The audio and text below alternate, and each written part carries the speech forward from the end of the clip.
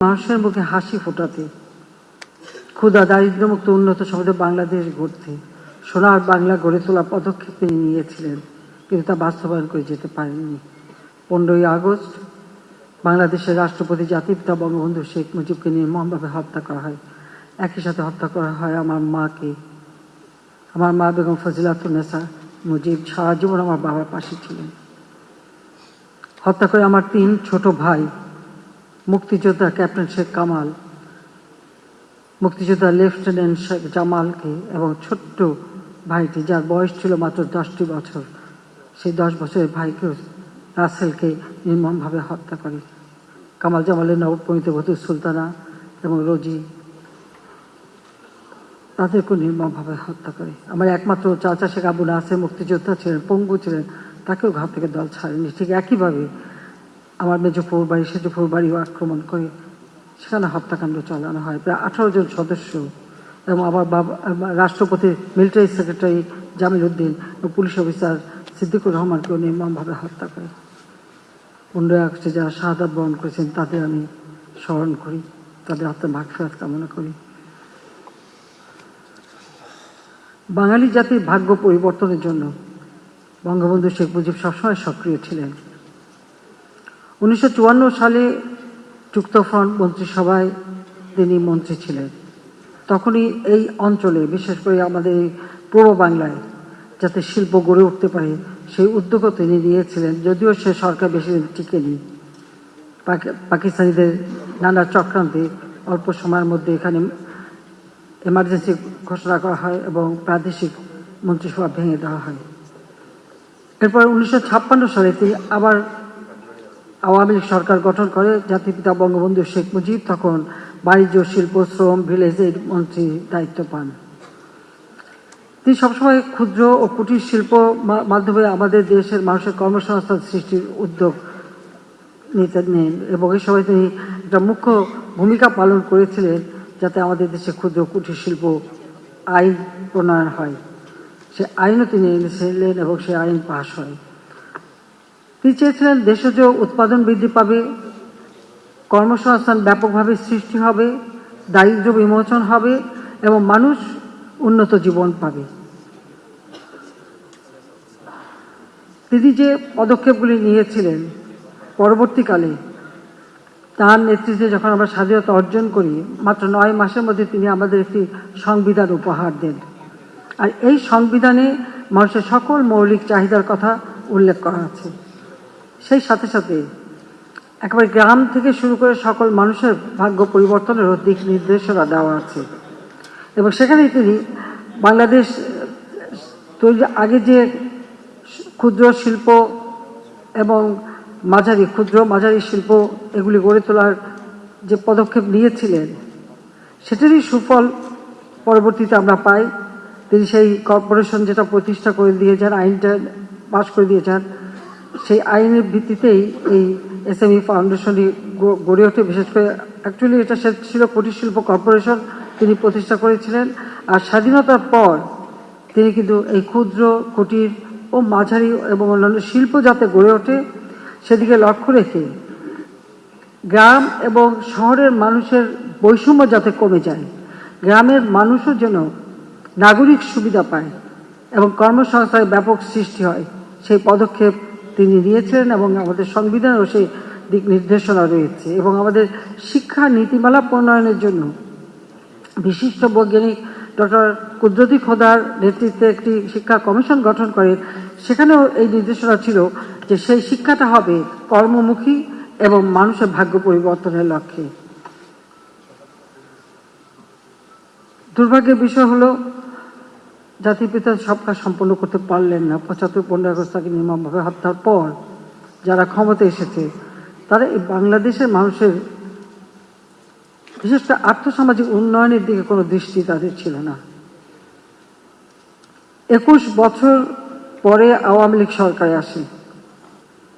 আর আমরা সরকারে আসার পরেই আমাদের পদক্ষেপ হয় কর্মসংস্থান সৃষ্টি, শিক্ষার হার বৃদ্ধি করা, কারিগরি শিক্ষাকে আরও বেশি সুযোগ দেওয়া এবং আমাদের শিল্প কলকারখানার ক্ষেত্রে ক্ষুদ্র মাঝারি হস্তশিল্প এগুলির জন্য বেশি গুরুত্ব পায়, যাতে অধিক মানুষ কর্মসংস্থানের সুযোগ পেতে পারে। সেই পদক্ষেপ আমরা নিয়েছিলাম এবং কর্মসংস্থান ব্যাংক নামে একটি ব্যাংকও প্রতিষ্ঠা করে দিই, যেখানে একজন তরুণ, সে শিক্ষিত হোক বা অল্প শিক্ষিত হোক, যে কোনো একজন উদ্যোক্তা বিনা জামানতে ওই ব্যাংকের থেকে ঋণ নিতে পারে। এটা ছিল প্রথম 1 লক্ষ টাকা, পরবর্তীতে আমরা বৃদ্ধি করেছিলাম। আমরা সাক্ষরতার হার বাড়াবার জন্য বিভিন্ন পদক্ষেপ নিই। প্রতিটি জেলা যেন নিরক্ষরতা মুক্ত হয়, মোবাইল ফোন উন্মুক্ত করে দিই সকলে হাতে হাতে। ব্যাপকভাবে বেসরকারি খাতকে আমরা আরো উন্মুক্ত করি। আজকে ব্যাংক, বিমা, আমাদের টেলিভিশন, রেডিও, সেই সাথে সাথে আবার এয়ারলাইন্সগুলি, বিমান, হেলিকপ্টার সার্ভিস থেকে শুরু করে বাংলাদেশের বিভিন্ন খাতে আমরা বেসরকারি খাতকে আরো সুযোগ সৃষ্টি করে দিই এবং উদ্যোক্তা হিসেবে আমাদের তরুণ সমাজ যাতে গড়ে ওঠে। আমরা কারিগরি শিক্ষা, ভোকেশনাল ট্রেনিং এর উপর বেশি জোর দিই। শুধু গতানুগতিক শিক্ষা না, এই সাথে সাথে কর্মযোগ্য শিক্ষা যাতে হয়, সেই পদক্ষেপই আমরা নিয়েছিলাম। তবে সেবার এমনকি বিদ্যুৎ উৎপাদন থেকে শুরু করে আমরা সবকিছু কিন্তু বেসরকারি, সরকারি সাথে বেসরকারি খাত আমরা দেই একটা লক্ষ্য নিয়ে, আরো ব্যাপকভাবে যাতে কর্মসংস্থান তৈরি হয়, মানুষের কাজ করার সুযোগ হয়। খালি উৎপাদন করলেই হবে না, উৎপাদনের সাথে সাথে উৎপাদিত পণ্য বাজারজাত করার যে সুযোগ, সেই সুযোগটাও যাতে সৃষ্টি হয়, সেটাও আমরা পদক্ষেপ নিয়েছিলাম। আমাদের সংবিধানে 13 অনুচ্ছেদে অর্থনৈতিক যে নীতিমালা ঘোষণা করা আছে, সেখানে সরকারি খাত, সমবায় খাত এবং বেসরকারি খাত, 3টি খাতকেই কিন্তু সমানভাবে গুরুত্ব দেওয়া আছে। আর সেটা অনুসরণ করি আমরা আমাদের কর্মপরিকল্পনা নিই এবং পদক্ষেপ নিই। কিছু শুভফল দেশের মানুষ পেতেও শুরু করে। তবে 2001-এ আমরা সরকারে আসতে পারলাম না, কারণ সেটাও কারণ ছিল আমাদের গ্যাস অন্য দেশে বিক্রি করতে হবে। আমি দেশ বিক্রি করে ক্ষমতায় আসব, এটা আমার কখনো চিন্তা ছিল না। আমি বঙ্গবন্ধু শেখ মুজিবের মেয়ে, ক্ষমতার লোভে নিজের সম্পদ অন্যের হাতে তুলে দিতে আমি কখনো রাজি ছিলাম না, যে কারণে আমি আসতে পারিনি। তাতে আমার কোনো আফসোস নেই। যা হোক, এরপর 8 বছর পরে আবার সরকারে আসি, যেখানে দেশকে খাদ্যের স্বয়ংসম্পূর্ণ করে রেখে গিয়েছিলাম, যেখানে মানুষের কর্মসংস্থান সৃষ্টি করেছিলাম, চিকিৎসা সেবা মানুষের দোরগোড়ায় পৌঁছে দেওয়ার জন্য কমিউনিটি ক্লিনিক করে দিয়েছিলাম, সেখানেও অনেকের কর্মসংস্থান হতো। ডিজিটাল বাংলাদেশ গড়ে তোলা, সব কম্পিউটার শিক্ষা দেওয়া, সেই ব্যবস্থা আমরা করেছিলাম। সেখান থেকে দেশ অনেক পিছিয়ে গিয়েছিল। যা হোক, 2009-8-এর নির্বাচনে আমরা জনগণের ভোটে বিপুলভাবে বিজয় অর্জন করি, কারণ সেই নির্বাচনে আওয়ামী লীগ এককভাবে পেয়েছিল 233টা সিট, বিএনপি জামাত 20 দলীয় জোট পেয়েছিল মাত্র 30টা সিট এবং অন্যান্য জোটগুলি মিলে বাকি সিট। এইভাবে আমরা সরকার গঠন করার পর থেকে আবার আমরা উদ্যোগ নিই যে কিভাবে আমাদের দেশকে আরো উন্নত করা যায়, এবং আমাদের পরিকল্পনা, আমরা যখন বিরোধী দলে থাকি তখনই আমাদের কর্ম পরিকল্পনা আমরা প্রণয়ন করি, যে আমাদের অর্থনৈতিক নীতিমালা প্রণয়ন করি এবং তা আমরা বাস্তবায়ন শুরু করি। এবং আমরা স্বল্পমেয়াদী, আশুকরণীয়, স্বল্পমেয়াদী, মধ্যমেয়াদী, দীর্ঘমেয়াদী পরিকল্পনা হাতে নিয়ে সেই পরিকল্পনা বাস্তবায়ন শুরু করি। এটুকু দাবি করতে পারি, গত সেই 2009 থেকে 2024 অন্তত 23 পর্যন্ত আমি বলবো যে আজকের বাংলাদেশ কিন্তু বদলে গেছে, বদলে যাওয়া বাংলাদেশ। অবকাঠামোগত উন্নয়ন, যোগাযোগ ব্যবস্থা, ডিজিটাল সিস্টেম, কর্মসংস্থান, প্রতিটি ক্ষেত্রেই কিন্তু ব্যাপক অগ্রগতি সাধিত হয়েছে। সেই জায়গা থেকে আমাদের সামনের দিকে এগিয়ে যেতে হবে। আর সেটা যেতে হলে আমি সবসময় মনে করি যে আমাদের কৃষি ভিত্তিক অর্থনীতি, আমাদের কৃষি আমাদের প্রয়োজন, কৃষি উৎপাদন বৃদ্ধি করতে হবে। 96 সালে সরকার এসেই আমি তার উপর গবেষণার উপরে গুরুত্ব দেই, আলাদা বাজেট রাখি এবং সেইভাবে প্রণোদনা দিই এবং সেই গবেষণার মাধ্যমে সেই সময় প্রথম দেশকে খাদ্যের স্বয়ংসম্পূর্ণ করি। 40 লক্ষ মেট্রিক টন খাদ্য ঘাটতি পূরণ করে খাদ্যের স্বয়ংসম্পূর্ণ অর্জন করেছিলাম। 2009 সরকার গঠন করে দেখি আবার 26 লক্ষ মেট্রিক টন খাদ্য ঘাটতি। এখানে নীতির ব্যাপারে কিন্তু একটা প্রশ্ন রয়েছে, কারণ যেই দিন আমি পার্লামেন্টে ঘোষণা দিয়েছিলাম যে আজকে থেকে বাংলাদেশ খাদ্যের স্বয়ংসম্পূর্ণ, তখন বিএনপি বিরোধী দলে খালেদা জিয়া বসেছিলেন, তার সাবেক অর্থমন্ত্রী সাইফুর রহমান সাহেব উঠে দাঁড়িয়ে বললেন, স্বয়ংসম্পূর্ণ হওয়া ভালো না, খাদ্য স্বয়ংসম্পূর্ণ হলে খাদ্য সাহায্য পাওয়া যাবে না। আমি একথা শুনে আমি নিজে উঠলাম, উঠে বললাম, কারো কাছে ভিক্ষা করে বাংলাদেশের মানুষ চলবে না।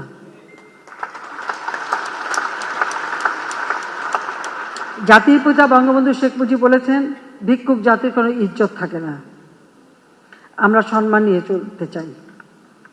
আর তিনি যুদ্ধবিধ্বস্ত দেশ যখন গড়ে তোলেন তখন তো বলেইছিলেন যে আমার মাটি আছে, মানুষ আছে, এই সোনার মাটি আর সোনার মানুষ দিয়েই তো আমার যুদ্ধবিধ্বস্ত দেশ আমি গড়ে তুলব।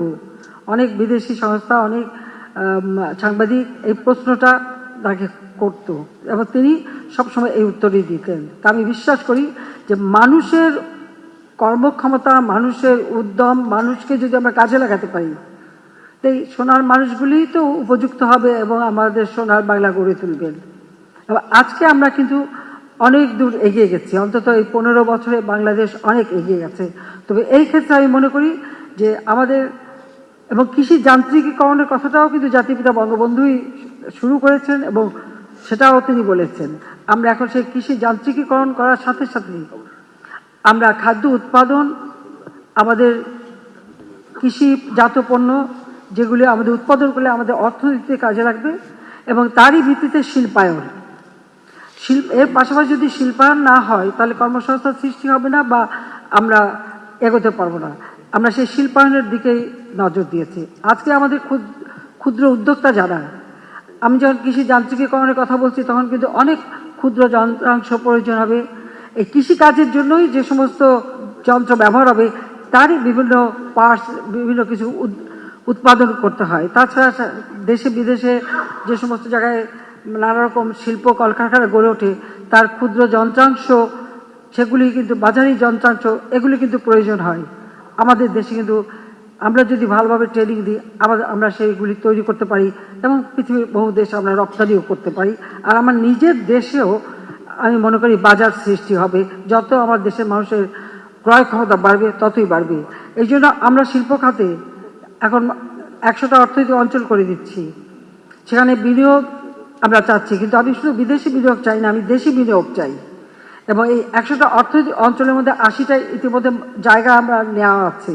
তা আমি মনে করি আমাদের এসএমই ফাউন্ডেশনের জন্য যারা উদ্যোক্তা এককভাবে বা যৌথভাবে এই 100টা শিল্প অঞ্চলের বিভিন্ন অঞ্চলে কিন্তু তারা জায়গা নিতে পারেন এবং সেখানে উদ্যোক্তা হিসেবে শিল্প গড়ে তুলতে পারেন।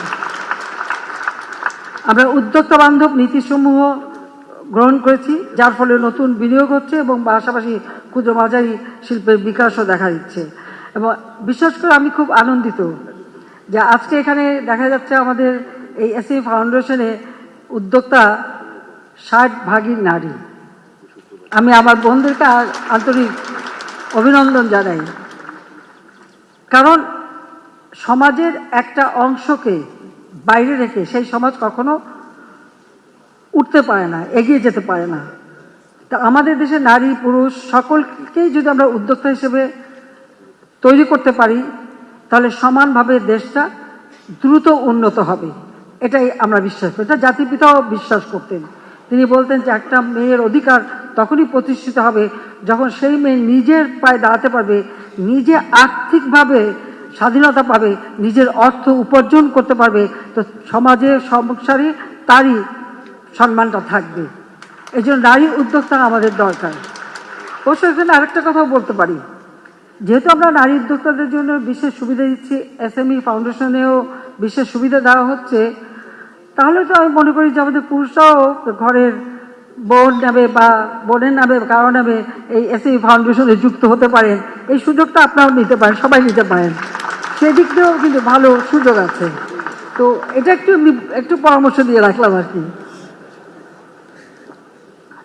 কারণ অন্য কোনো জায়গায় তো 4% সুদে ঋণ পাওয়া যাবে না, কিন্তু এসএমই ফাউন্ডেশনে তো পাওয়া যাচ্ছে। আপনার যারা পুরুষরা তারাও কিন্তু খুব ভালোভাবে এই সুযোগটা কাজে লাগাতে পারেন, বিশেষ করে আমাদের যুব সমাজকে বলবো।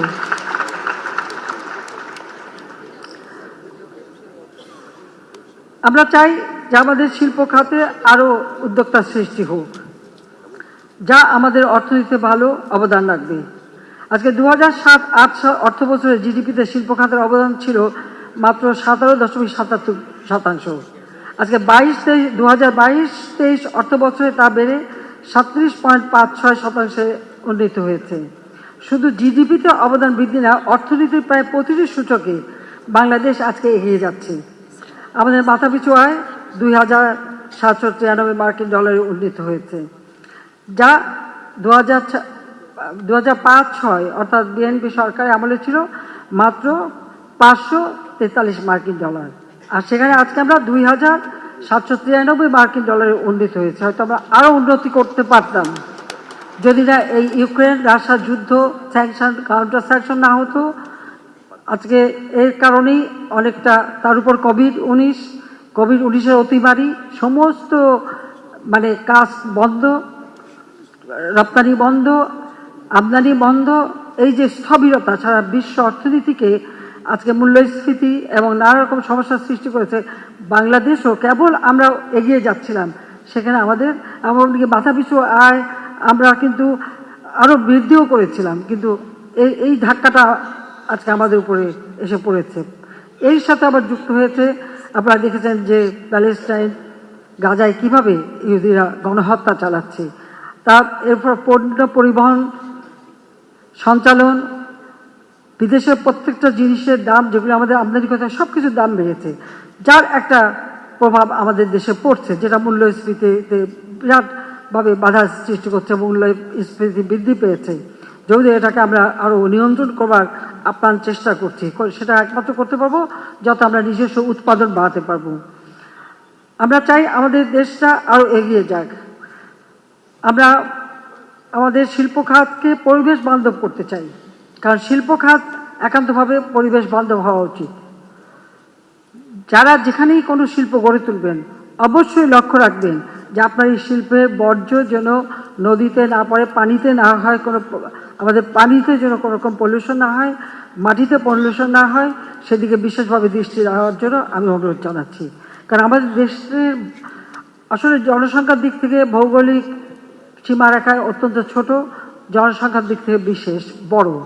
সেই ক্ষেত্রে আমাদের নিজেদের দেশের পরিবেশ, নিজেদের দেশের সবকিছু অত্যন্ত পরিকল্পিতভাবে হওয়া উচিত, স্বাস্থ্যসম্মত হওয়া উচিত, সাথে সাথে জলবায়ুর অভিঘাত থেকে যেন আমরা ক্ষতিগ্রস্ত না হই, সেদিকে সকলকে দৃষ্টি দিতে হবে।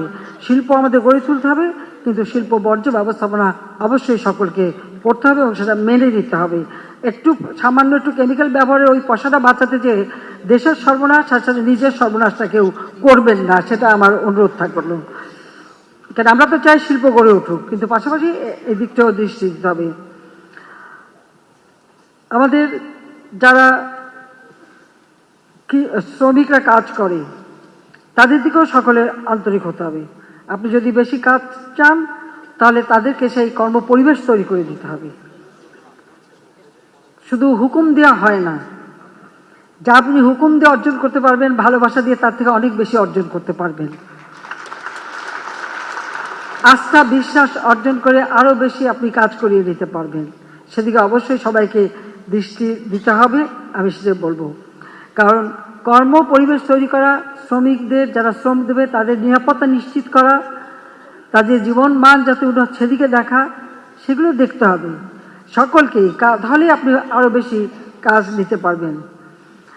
আমরা ইতিমধ্যে যোগাযোগ ব্যবস্থায় আজকে ডিজিটাল বাংলাদেশ, সারা বাংলাদেশেই আমাদের একটা ডিজিটাল সিস্টেম রয়ে গেছে। আমরা ওয়াইফাই কানেকশন বাংলাদেশব্যাপী দিয়েছি, ব্রডব্যান্ড কানেকশন প্রায় প্রতি ইউনিয়নে আমরা পৌঁছে দিচ্ছি। বঙ্গবন্ধু স্যাটেলাইট 1 আমরা উৎক্ষেপণ করেছি। ভারতের সাথে আমাদের যে ল্যান্ড বাউন্ডারি সমস্যা ছিল, যেটা আইন জাতিপিতা করে দিয়ে গিয়েছিলেন, কিন্তু পরবর্তীতে যারা সরকার এসেছিল, জিয়া সরকার, এরশাদ সরকার, খালেদা জিয়া সরকার, কেউ এটা কোনো উদ্যোগ নেয়নি। আমি আসার পর আমরা সেটাও সমাধান করেছি। আমাদের বিশাল সমুদ্র সীমা, সেই সমুদ্র সীমা আইন 1974 সালে জাতির পিতা বঙ্গবন্ধু শেখ মুজিব করে যান। কিন্তু আমাকে ভাবতে অবাক লাগে যে যারা 75 পর সরকার এসেছিল, জিয়াউর রহমান, এরশাদ, খালেদা জিয়া, তারা কোনোদিনই আমাদের যে সমুদ্র সীমায় আমাদের অধিকার আছে এই কথাটাও তাদের মুখে উচ্চারিত হতে শুনি নাই। কিন্তু যেহেতু আমি জানতাম, আমি বিশেষজ্ঞদের সঙ্গে সবসময় পরামর্শ করেছি, আমি সরকারে এসেই প্রথমবার থেকে উদ্যোগ নিয়েছিলাম, মাত্র 5 বছর করতে পারিনি, দ্বিতীয়বার আমরা উদ্যোগ নেই এবং জাতিপিতা বঙ্গবন্ধু 74 সালে এই আইনটা করেন আর জাতিসংঘ করে 1982 সালে। আমরা যখন সরকার গঠন করি আমি আনক্লজে সই করে আসি, তারপরে মাঝখানে 8টা বছর নষ্ট হয়ে যায়। 2009 এসে আমরা উদ্যোগ নিই এবং এই যে বিশাল সমুদ্র সীমা আমরা পেয়েছি, এখানে আমাদের সমুদ্র সম্পদ, সেগুলো আমাদের কাজে লাগাতে হবে। এখানেও কিন্তু অনেক জিনিস কিছু আছে যা আমরা আহরণ করতে পারি। এখানেও কিন্তু আমাদের এই উদ্যোক্তারা কাজ করতে পারেন বিভিন্ন অঞ্চলে। ইতিমধ্যে যেমন কক্সবাজার ক্রুজ স্কুলে সি উইড তৈরি করা, এটা কিন্তু শুরু হয়ে গেছে, কিছু কিছু ক্ষেত্রে কেউ কেউ করছে, আমরা তাদেরকে উৎসাহিত করছি। কাজে এরকম আমাদের বহু ক্ষেত্র আছে যেখানে আমাদের কাজ করবার সুযোগ আছে। আর আমাদের বাংলাদেশের যে ভৌগোলিক অবস্থান, আমাদের এক এক অঞ্চলে এক এক ধরনের পণ্য উৎপাদন হয়। এই যে অঞ্চলে যেটা বেশি উৎপাদন হবে সেটা যদি আমরা সেভাবে প্রক্রিয়াজাত করতে পারি, আমাদের নিজের দেশের চাহিদা বাড়ছে, মানুষের ক্রয় ক্ষমতা বেড়েছে গ্রাম পর্যায় পর্যন্ত, সেখানে যেমন আমাদের নিজস্ব বাজার সৃষ্টি হচ্ছে, আবার বিদেশে রপ্তানি করার সুযোগ আছে। কাজে সেই দিকে দৃষ্টি রেখেই উদ্যোক্তা নেওয়া উচিত। আমরা ইতিমধ্যেই যেগুলি আধুনিক মানে যাতায়াত ব্যবস্থা, একদিকে ডিজিটাল বাংলাদেশ সেটা করে দিয়েছি, সেই সাথে গভীর সমুদ্র বন্দর, আরও নতুন সমুদ্র বন্দর আমরা নির্মাণ করছি। গভীর সমুদ্র বন্দর সেটা কক্সবাজারে মহেশখালী, মাতারবাড়ি, সেখানেও নির্মিত হচ্ছে। নতুন আরেকটা সমুদ্র বন্দর পায়রা বন্দর আমরা করে দিচ্ছি। তাছাড়া বঙ্গবন্ধু টানেল, কর্ণফুলী নদীর তলদেশ থেকে এখন গাড়িও যেতে পারে। কাজী সেটাও চট্টগ্রামবাসী খুবই খুশি। তারা গানও বানিয়েছে, দৈর্যের তলে চলের গাড়ি, কাজী সেটাও করে দিয়েছি। পদ্মা বহুমুখী সেতু, এটা নিয়ে যথেষ্ট আমাদের উপর নানা ধরনের চাপ ছিল। আপনারা জানেন, কোনো এক ব্যক্তির সামান্য একটা এমডির পদের লোভে পদ্মা সেতু টাকা বন্ধ করে, তখন সিদ্ধান্ত আমাদের উপরে দোষারোপ করে দুর্নীতির। আমি চ্যালেঞ্জ দিয়েছিলাম এবং বলেছিলাম যে কারো টাকা না, নিজের টাকায় পদ্মা সেতু করব। আজকে আমরা নিজের অর্থে পদ্মা সেতু করতে পেরেছি, এই জন্য আমি দেশবাসীর প্রতি কৃতজ্ঞতা জানাচ্ছি। আজকে পদ্মা সেতু নির্মাণের ফলে কর্মক্ষেত্র প্রসারিত হয়েছে, আপনাদের পুরো দক্ষিণ অঞ্চল সংযুক্ত হয়েছে। আজকে দক্ষিণ অঞ্চল সবসময় অবহেলিতই ছিল, প্রায় 21টা জেলা আজকে সংযুক্ত। 96 সালে সরকারে যখন আসি তখন আমরা যমুনা নদীর উপর বঙ্গবন্ধু সেতু করে দিয়েছিলাম, সেখানে রেল লাইন, বিদ্যুৎ, গ্যাস লাইন সহ। আবার সেখানে অবশ্য এখন আলাদা রেল লাইনও হচ্ছে। আর পদ্মা সেতুতে রেল এবং প্রতিটি ইউটিলিটি, অর্থাৎ ওয়াইফাই কানেকশন, সেখানে বিদ্যুতের লাইন, সেখানে গ্যাসের লাইন, সব কিছু আমরা করে দিয়েছি। কাজে সেই ক্ষেত্রে আমি বলবো যে আজকে বিশাল কর্মক্ষেত্র উন্মুক্ত হয়ে গেছে। কাজে আমাদের ওই পদ্মার ওপারে দেশ যে জেলাগুলি বা ইউনিয়নগুলি, সেখানকার মানুষেরও আর্থসামাজিক উন্নতি হচ্ছে, সেখানেও বিনিয়োগের বিরাট সুযোগ এসে গেছে। আর এইসব এলাকা আমার মনে হয় এসএমই আরও বেশি কাজ করতে পারে এবং এরা অনেক উদ্যোক্তা সৃষ্টি করতে পারে, যে সুযোগটা আগে তারা পেত না। টেলিফোনগুলি অ্যানালগ থেকে আমরাই ডিজিটাল করেছিলাম, আজকে মোবাইল ফোন সকলের হাতে হাতে। আওয়ামী লীগ সরকারই এটা দিয়ে গেছে সকলের হাতে। আমরা চাই আমরা শিল্প খাতে আধুনিক প্রযুক্তি ব্যবহার করব, পিছে না, সামনের দিকে এগিয়ে যেতে চাই এবং কর্মসংস্থানের সুযোগ আবার যাতে নষ্ট না হয়। কারণ এই যে চতুর্থ শিল্প বিপ্লব, এটা যদিও বলা হচ্ছে যে ডিজিটাল পদ্ধতিতেই সব হবে, কিন্তু সেখানে কিন্তু উদ্যোক্তা লাগবে, কাজের লোক লাগবে। কিন্তু পাশাপাশি আমরা যখন পদক্ষেপ নিব, আমাদের এটা মাথায় রাখতে হবে, বিশেষ করে এসি ফাউন্ডেশনকে এটা খেয়াল রাখতে হবে, শিল্প মন্ত্রণালয়কে এটা খেয়াল রাখতে হবে যে শ্রম ঘন শিল্প যেন আমাদের দেশে গড়ে ওঠে। কারণ আমার দেশের মানুষকে কাজ দিতে হবে, এই জন্য আমার শ্রম ঘন শিল্প গড়ে তোলার দিকে বেশি মনোযোগী হতে হবে। ইতিমধ্যে এসআই ফাউন্ডেশনে যেটা মানে 25% ছিল, এখন 32% উন্নীত করা নির্ধারণ করা হয়েছে তাছাড়া স্বল্প মধ্য ও দীর্ঘমেয়াদী কর্মপরিকল্পনা প্রণয়ন করা হয়েছে। আমি আমাদের শিল্প মন্ত্রণালয়কে আন্তরিক ধন্যবাদ জানাই। আমরা 2024 সালে বাজেট দিয়েছি।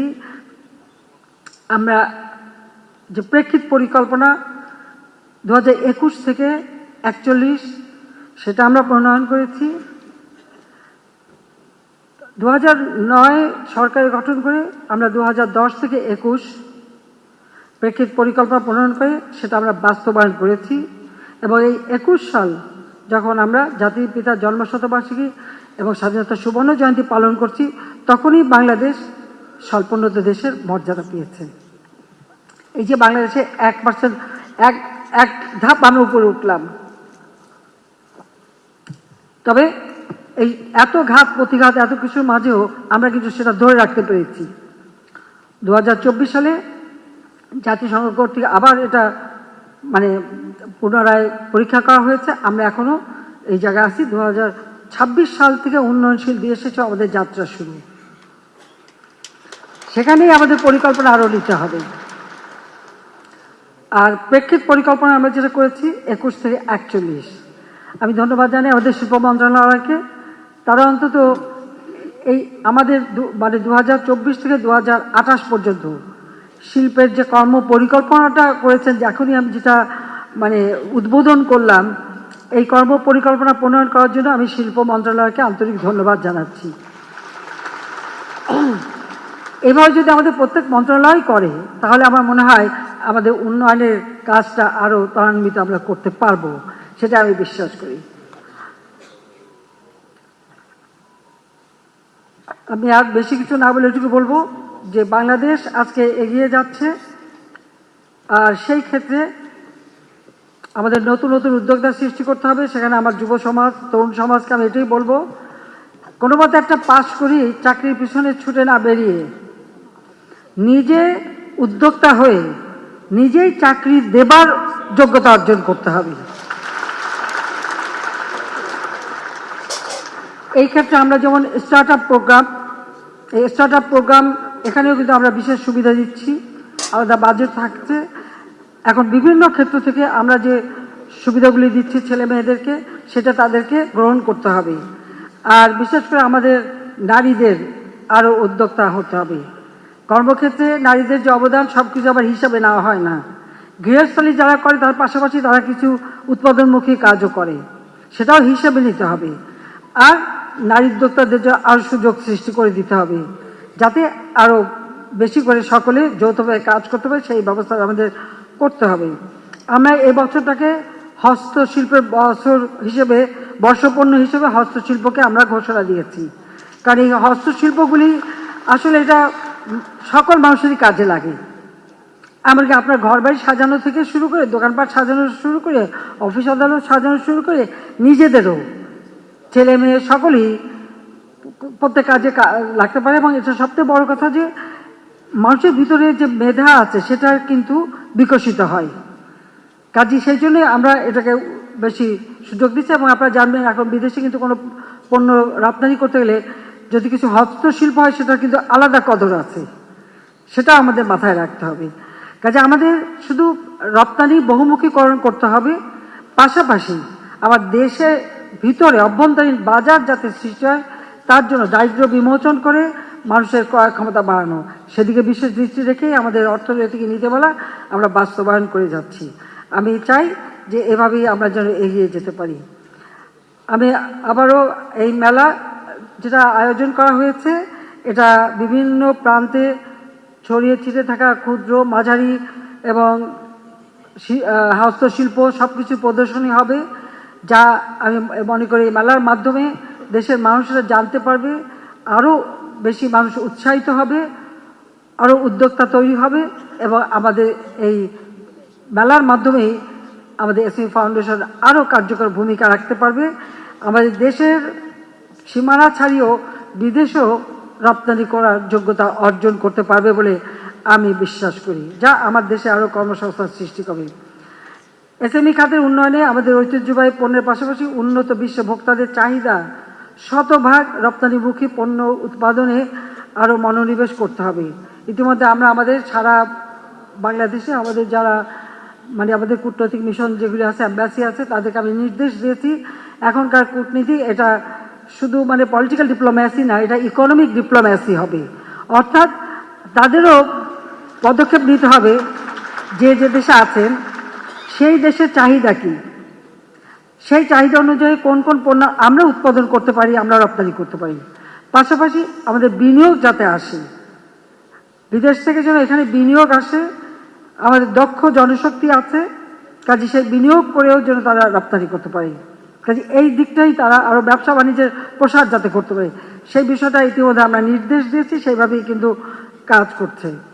যা আমি একটু বলবো যে আমাদের দেশকে এগিয়ে নিয়ে যাওয়ার জন্য আর আমাদের ক্ষুদ্র উদ্যোক্তা যারা, তাদেরকেই আমি বেশি মনে করি গুরুত্ব দেওয়া উচিত, কারণ তারাই একসময় বড় শিল্পে পরিণত হবে, ছোট থেকে শুরু করে বড় হয়ে যাবে, সেটাই আমি চাই। আমার বিশ্বাস দেশীয় এসএমই শিল্পের উন্নয়নে এই মেলা ক্রমান্বয়ে আন্তর্জাতিক মাত্রা পাবে এবং এর ফলে দেশীয় পণ্যের প্রসারও ঘটবে, নতুন নতুন শিল্প স্থাপন, কর্মসংস্থান সৃষ্টি এবং সামগ্রিক অর্থনৈতিক উন্নয়নে বিশেষ অবদান রাখবে বলে আমি বিশ্বাস করি। দেশের বিভিন্ন এলাকা থেকে যারা এখানে উদ্যোক্তারা সক্রিয়ভাবে অংশগ্রহণ করেছেন এবং এই মেলাকে আরও সাফল্য করবার জন্য এখানে উপস্থিত হয়েছেন, সবাইকে আমার আন্তরিক অভিনন্দন জানাই, ধন্যবাদ জানাই। আর এই মেলা আয়োজনের সাথে এসএমই ফাউন্ডেশন সহ সংশ্লিষ্ট সকলকে আমি জানাই যে যাতে আপনাদের আন্তরিক ধন্যবাদ জানাচ্ছি যে মেলাটা আয়োজন করার জন্য আর আমাকে দাওয়াত দেওয়ার জন্য, সেই জন্য আমি ধন্যবাদ জানাচ্ছি। আমি 11তম জাতীয় এসএমই পণ্য মেলা 2024-এর শুভ উদ্বোধন ঘোষণা করছি।